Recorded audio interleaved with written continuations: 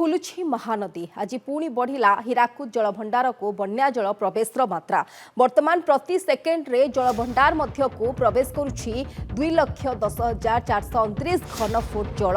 10टी gate दे निष्कासित होछि 1,86,000 घनफुट जल सकाळ 6टा सुधा जलस्तर पहुंची 613.33 फुट रे अधिक बन्या जल प्रवेश करुथिबारु अधिका गेट खोलिबार संभावना देखा दिछि। तेबे फुलुछि महानदी एथिपाई बन्या जल प्रवेश मात्रा हीराकुद को बढ़ुछि आज पुणी बढ़ी हीराकुद जलभंडार को बन्या जल प्रवेश मात्रा वर्तमान प्रति सेकेंड रे जलभंडार मध्य को प्रवेश करुछि 2,10,429 घनफुट जल 10टी गेट दे निष्कासित होछि 1,86,000 घनफुट जल सकाळ 6टा सुधा जलस्तर पहुंची 613.33 फुट रे। तेबे संपर्क में अधिक सूचना आम सहित फोन लाइन रे अछंती आम संबलपुर ब्यूरो हेड समीर षडंगी। समीर फुलुछि महानदी एवं हीराकुद को बन्या जलर प्रवेश मात्रा मध्य बढ़ुछि वर्तमान समय कौन अधिक अपडेट आसुछि केतोटी गेट खोला रही? रूपाली आप जानी जो भाव में बर्तमान 10टी गेट मध्यम बन्या जल को निष्कासन किंतु बड़ कथा हूँ गत काली आज पुणी अर्थात इनफ्लो मात्रा बढ़ी तो निश्चित भाव में आम कहीपर आज पखापाखि 11टा सुधा अधिक गेट खोली पारती डैम कर्तृपक्ष कारण बर्तमान समय जहाँ कहूली 2,10,429 घनफुट बन्या जल बर्तमान इनफ्लो अच्छी और 10टी गेट मध्यम 1,86,000 घनफुट पानी निष्कासित होची एवं वर्तमान सकाल 6टा सुधा जहाँ खबर देते जहाँ सूचना देते हीराकुद डैम कर्तृपक्ष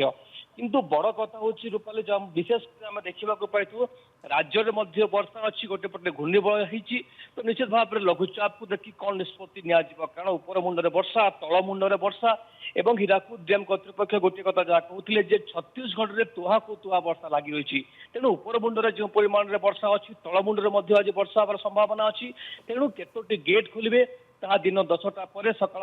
गोटे कथा कहीपर निष्पत्ति पखापाखि 11टा समय गेट खोलने निष्पत्ति ने डैम कर्तृपक्ष कारण वर्तमान समय केवल 10टी गेट मध्यम बन्या जल को निष्कासन कर भितर बड़ कथा बड़ दायित्व हूँ डैम कर्तृपक्ष किभली भाव में फ्लोड को कंट्रोल करेंगे कारण जहाँ पाणीपाग विभाग कौच वर्तमान समय आसंता 25 तारिख पर्यंत